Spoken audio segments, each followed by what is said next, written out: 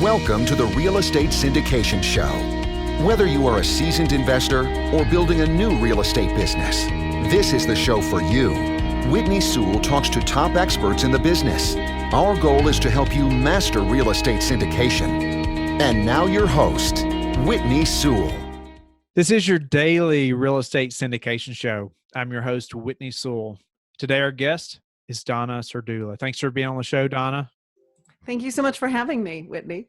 Yeah, I'm looking forward to this. And I know the listeners, I know, hear me talk about like personal branding and branding yourself often because it's something that's been important to us. And we're learning all the time. And it's such a big topic, isn't it? There's so much to it, it seems. But Donna's going to help us break down some very important components of this branding and social media stuff today that I know you are going to enjoy.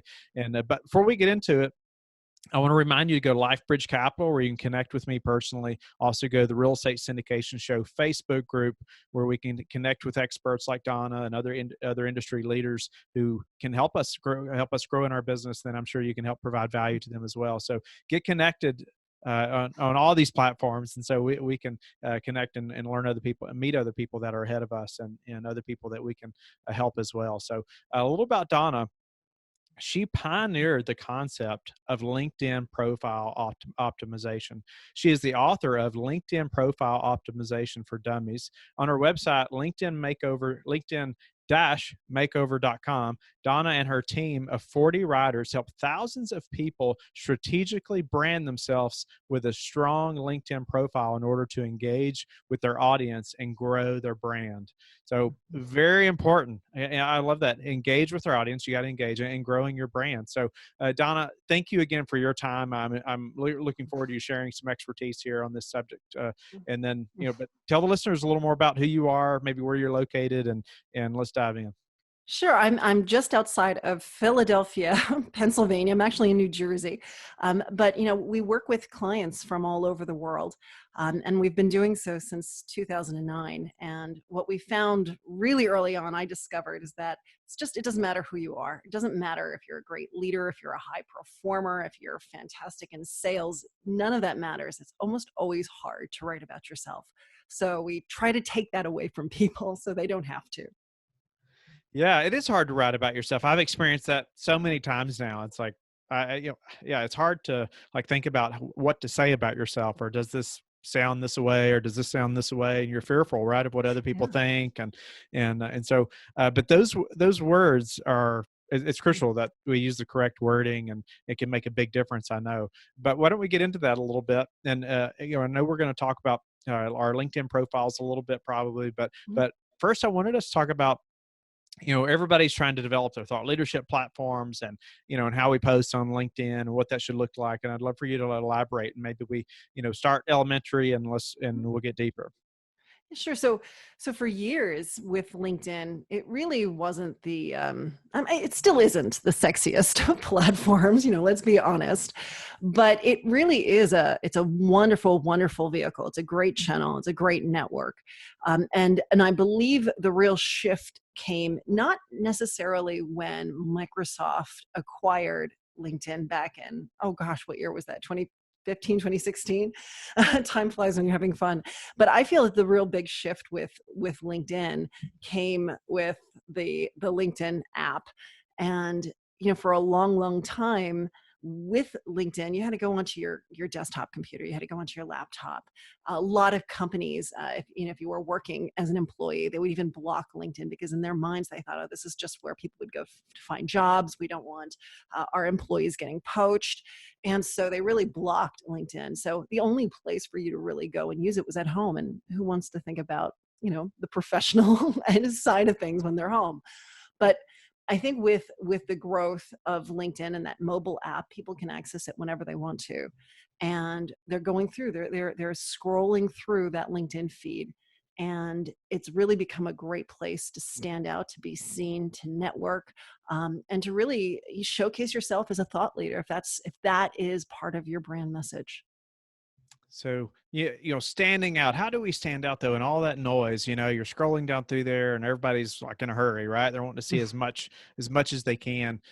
Give us some tips about, standing out on LinkedIn. I think for most people, it's a little intimidating to even start creating content on LinkedIn. And so, I believe that it's better to take just some baby steps. And the first baby step is, use the app and put it on your phone. And, start to scroll through it. When you want to go to Facebook or someplace else, pull up LinkedIn and start to scroll. And as you're scrolling, if something catches your eye and you like it, like, comment, or share. Like being the easiest, but commenting is a little bit more powerful. So you want to put a little context in. You want to add your 2 cents worth, and then if you really want to go a little bit further, then you share it. When you hit share, that's then being posted. So you're actually promoting that person's post, and by doing this, it's a really great way, rather than really creating anything, you're just curating what's already there. But it allows you to, without too much effort, have a presence on LinkedIn. Once you do that for a little bit and you really start to see what people are putting out there, then it becomes a little easier. And then at that point, you still don't even need to create any content. When you're out there and you're online and you're looking at things and there's an article or something that catches your eye, just take it, grab it, and post it onto LinkedIn. Again, you're not having to create anything specifically. You're just curating that content. And you can do one of the easiest ways of doing that is, rather than even looking for it, just create some Google alerts and have Google alert you when something is being stated or something interesting within your industry or within that core competency that you have. So those are just a few things that you can just do just to get started, where you don't have that huge need to start creating, because not many people have a lot of time to do that. Yeah. So I would say most people have more time than they think they have. And, we're doing a daily podcast and, it's crazy. So, we're creating lots of content, right? But I know lots of people that ask me about creating content and they're like, well, I don't even know where to start. I don't know, what can I do to create content? But I like how you really just brought it down to a level like anybody can do that. Right. I love the tip on Google alerts. And it's a great tip that most people don't know about, I think. And I think it's sometimes people get stuck on the creating, Yes. and let's just stop creating, just curate, just see what other people are doing. And what you want to do is think about your audience. Don't think of your colleagues, don't think of your competitors, but really think of the people, your clients, your audience, the people you really want listening and paying attention to you. What are they hungry for? What's going to be interesting to them? And it's a good idea to sit down with just a tablet and just really think. When I'm talking to clients or prospects, what are the 3 questions they're constantly asking me? And start jotting that stuff down, because there you go. That's the beginning of content that you can start creating. I love that. So asking your potential clients or other people that, to writing their questions down. If you don't write it down, you're going to forget, right? Yeah. But then you're going to know what content to even search for, or maybe the specific Google alerts that you should put in, right? Mhm. So sharing someone else's content, how often should we do that? How often should we try to be on LinkedIn? How often should we be doing these things? Well, I would love to tell you that, it's you really only have to go in every now and then, but you really do want to create a schedule for yourself. And if you could do something once a day, just something so simple as once a day is better than nothing at all. Once a day, if you can do it a couple times, 2 to 3 times, that's even better. But again, I recognize people have lives, they have families, they have, jobs. And so sometimes it is a little difficult. But if you can at least say to yourself, I'm going to aim for 3 times a week, or at least just once a day during the week days, go for it. That's something that I think once you start doing that, one, you'll realize how easy it is. It really is something that you can handle. It's not that hard. And 2, you'll start to really see that you're gaining traction. You'll start to see things starting to happen. You'll start to see people reaching out. You'll start to see engagement taking place, and you'll start to see opportunities start to flow. So I know numerous guys or people on LinkedIn specifically that they don't have a thought leadership platform of their own, but they've done just what you've said, that, they like things, they comment, they share, and they're very active on, commenting on stuff. And so they've built kind of their own following, maybe that, people aren't specifically, like following them on their group or something like that, but they know them, they've Yeah. built this relationship kind of just by them doing those three things that you mentioned. Yeah. And that's, they didn't have to go out and create a bunch of content, but I feel like getting started is the key. And I like how you just broke it down, said share somebody else's stuff and that's relevant to your clients. And And what's so don't make it great, so difficult. Go ahead. yeah, and what's great is when you are active on LinkedIn sees this. They know that you're active, that you're logging in, and that conveys to them a freshness. It conveys to them relevance. And so, if a person is on LinkedIn, and I want people to realize that LinkedIn isn't just a professional network. It's not just a place to get active and talk to people. It's a place that people go. They use it as a search engine, and not just recruiters searching for people, but maybe someone is saying, hey, you know what, I want to see, are there any real estate developers here? Let me see who knows someone within my network, because I want to talk to someone. I have some money to invest, or I'm really interested in learning more about whatever that topic might be. And so instead of going to Google and typing this and getting millions and billions of results of everything and anything under the sun, you go to LinkedIn and you get to see people, real people who have profiles, that have pictures, that have bios. And so when you're active on LinkedIn and you have a strong profile that's written with your keywords in mind, if a person is searching for someone like you, you're more apt to turn up in those search results, turn up higher. And that's when you start to collide with opportunity. Mm. I like that. So, I was thinking about, we were talking about the thought leadership and posting, but the more I've thought about this, like, I mean, you wrote the book on LinkedIn profile optimization. Mm-hmm. So I feel like we should talk about that. And so, I'd love for you to dive into profile a little bit and maybe some common things that are missed or things that maybe aren't so common that we don't even know about if we haven't talked to somebody or an expert like yourself. Yeah. Well, you know what? I have your profile up here Oh, on my other boy. screen.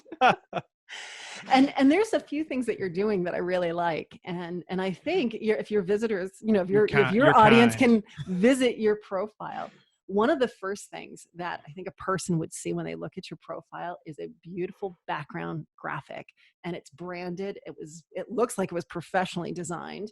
And you've got this really great, like a tagline: invest better, live better, make a difference. And that right there, it really, for me, it brings so much more credibility to you. And that's a really strong part of this, the brand. It's knowing, liking, and trusting. And already I feel like, yeah, this is someone who knows what he's doing. So if everyone here who's listening to this, you go to your LinkedIn profile and you look at it, if you see a blue-green background, that means you haven't uploaded a background graphic. So that's one of the first things I would suggest doing is getting a background graphic. And you don't even need to go to a graphic designer like I think you did, Whitney. A person could just go to some place like unsplash.com and find a really nice image and upload it. If you can find something that kind of illustrates your brand, even better. So if you think of yourself as someone who does like unsurmountable tasks or insurmountable tasks, maybe find a picture of a person climbing a mountain. That would be a really good way of, getting that across. So I would say, definitely the background graphic. The other thing that I really like about your profile is, what do you think I'm going to say? I'm scared. No, but at least it's something you like, right? You're being very kind. I appreciate it. Your picture, your profile picture, it's professionally taken. It looks professionally taken. You're beautifully dressed. And again, it just screams, this is a polished professional. And what's the year? 2019. We're almost to 2020. And I can't believe for the last 10 years, I'm still talking about this, but so few people have a professional headshot. And it really makes a huge difference in how people see you. I always think of, there was that old movie with Vince Vaughn, and they used to say, oh yeah, he looks like money. and like when I look at this picture, that's what I want people to think. Oh, that guy, he looks like money. He's someone that knows what he's doing. And that's what you want. You want to convey that. So get a professional headshot. Don't spare any expense there. Really get one. It's going to make a big difference. One area that I think you could improve upon, and this is something that I think would affect most of your audience as well, is your headline. That's the area right below your name. And yours says host of the real estate syndication show, real estate investor. But I think you do a lot more than just that. And so I would say, infuse a little bit more in there, maybe a benefit statement, put in some keywords, really think of what it is that you do. And you actually have a really good tagline: invest better, live better, make a difference. And that's something that you can actually bring into your headline as well. Great. I'm taking notes.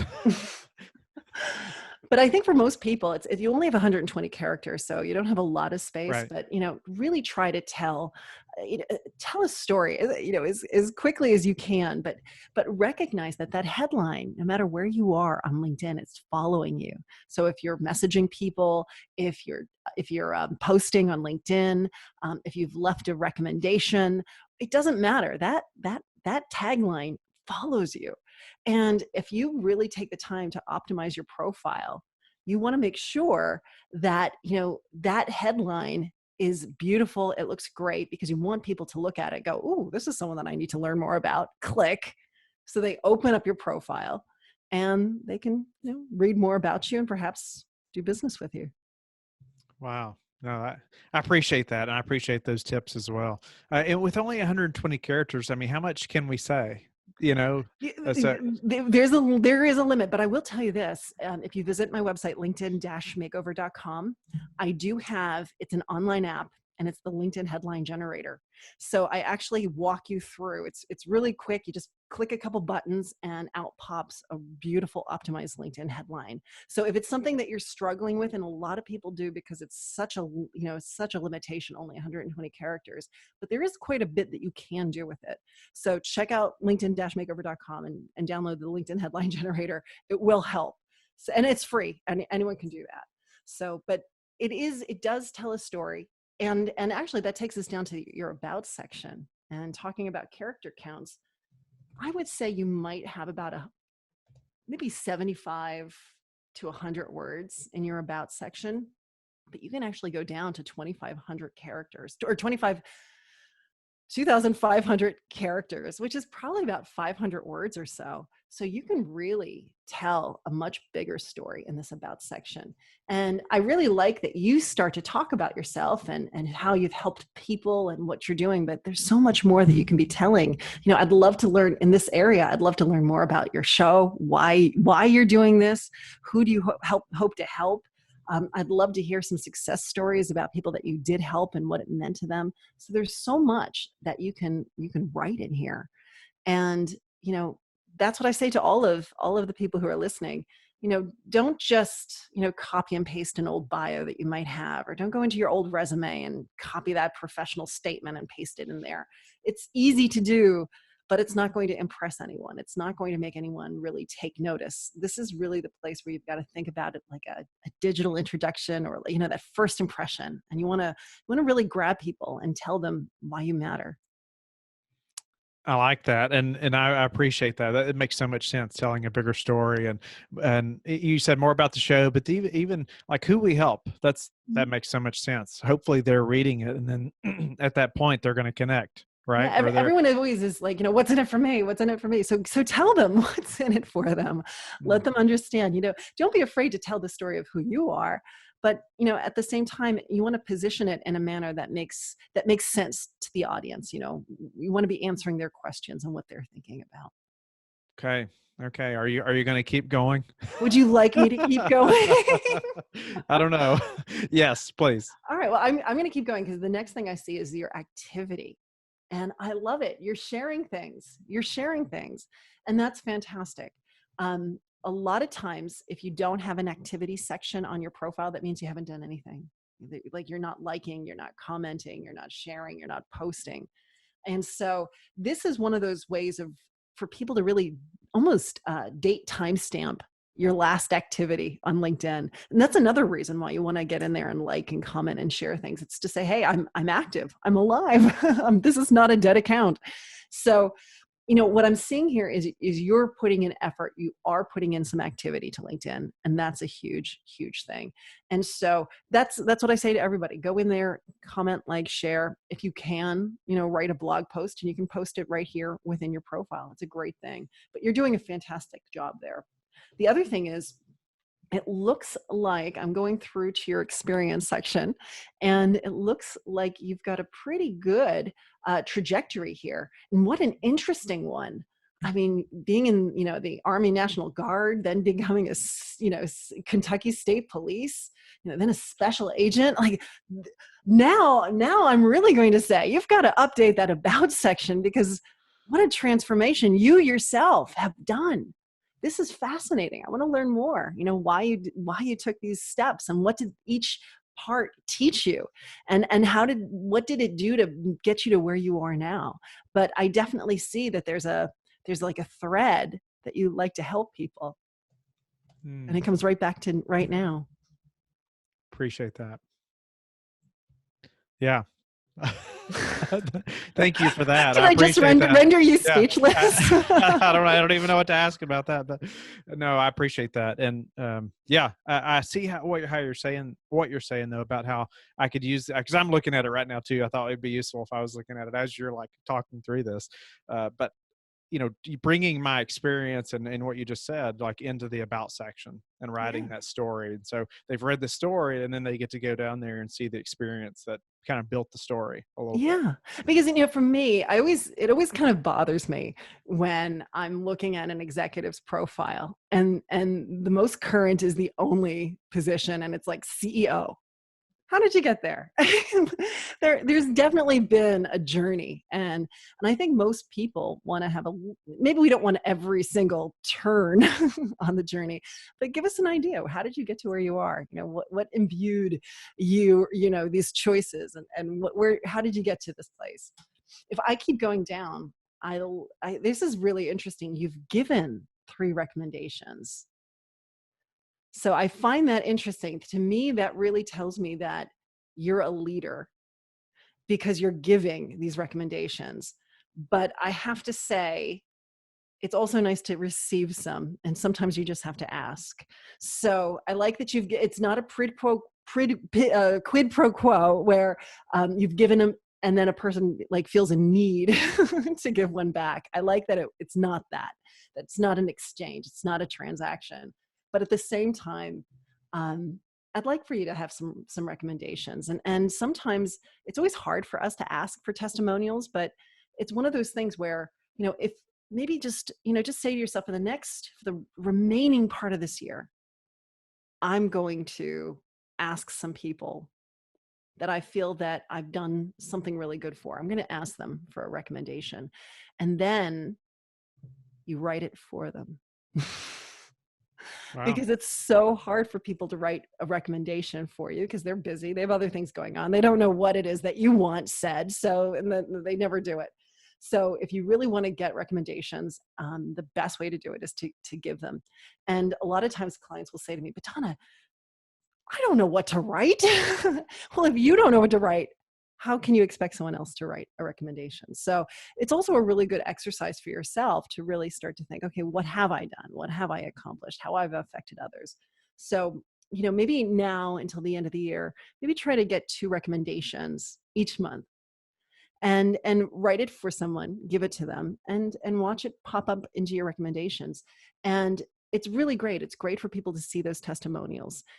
To me, it's much stronger than the skills and expertise section, the skills and endorsements area, where you just sort of give a thumbs up. When a person really does, put in that paragraph, it means something. So if we're going to write that for them, I guess we should cater it per individual, I assume, or so they're not, if somebody looks at those, they don't just see the same one over and over and over. Right. Right. Absolutely cater it, especially if you're going to be the one giving it. And if you do feel a little like, oh, this is strange for me to be asking a person and then giving them that recommendation, you can always give them the out. You can always say, look, I know you're busy. And so I've taken the liberty of writing this for you. Feel free to edit or change completely. And you'll be surprised at how fast they go up with very few changes. But if even that is a little hard, at least just give them a few bullets. I want you to talk about, how I'm great at negotiation and how I really turned around that one contract that wasn't really going in our direction through, my savvy, negotiation pro, whatever it is. But, give them some ideas of what you want them to say. And that'll also make it a little easier for them. Great advice. I appreciate that. That's really good. It's really good stuff. Donna, what's the hardest part? A few questions before we have to wrap up. But Sure. what's really the hardest part of getting this profile the way it should be, or so it's professional, and so we're connecting with potential clients? What is the hardest part? Mm-hmm. What holds people back from making this happen? I think there's a few things. One, and I said it before, it's just hard to write about yourself. I mean, I have clients who say to me, Donna, thank God we're using you to write our profiles because I've cleaned out my garage. I've rearranged every shelf in my kitchen. Like, the most odious tasks are always much more attractive than sitting down and writing about yourself. So that's one of the things. Two, I think very few people know what a great looking LinkedIn profile looks like. And a lot of people in their heads like, oh, it's just a copy and paste of my resume. No, it's not. It's absolutely not that. So I think it's one, just not wanting to do it. Two, not even knowing what a good one looks like. And three, so many people were like, you know what? I've got 5 minutes. Let me get this done. It takes a lot longer than 5 minutes. This is something that could take hours. It could take days, especially if you've had a long career. You're not moving necessarily in a straight, linear type of fashion, but maybe you're pivoting. You're now embarking upon a side hustle that you started working on, or you're doing something a little different. It's how to tell that story in a manner where everything seems cohesive and it doesn't seem fractured.